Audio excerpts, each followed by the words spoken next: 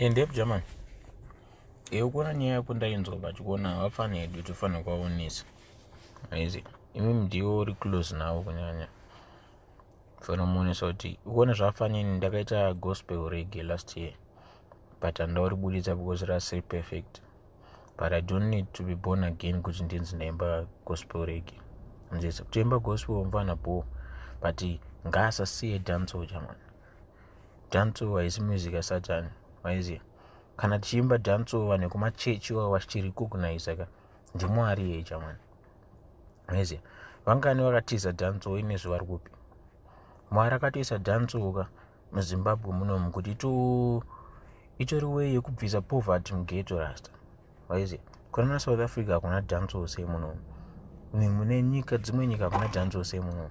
Saka mufana kungomudza kuti kuimba dancehall hakuna kuipa, but ngaasateere life yemumwe munhu nekuti anenge aivhiringidzwa ntumasensi. Trust me, you will live to regret it. Ndezve 2 minutes yazve.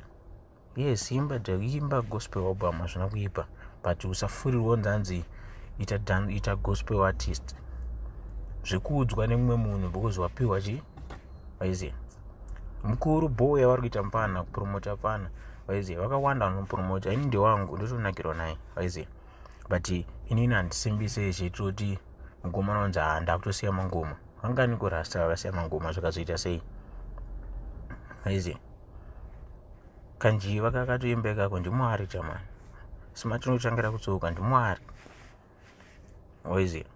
Saka iwe ukazotanga kufunga kuti wakangwara kudarika mwari uwo ndizvozvo, but mufano wedu iwewo ndonongori close naye waiziya. Handiwo watongoona nyaya uchindiudza seizvozvo ndingokuta kuti ungomuone so waiziya. Ngaaimbe gospel album hapana chakaipa, but ngaasafurirwa ndisiya dancehall jamani. Ndiwo mafanizi wayo. Vakawanda vakasiya dancehall vakaedza zvimwe zvinhu, life yavo iri papi. Mwari adhakwe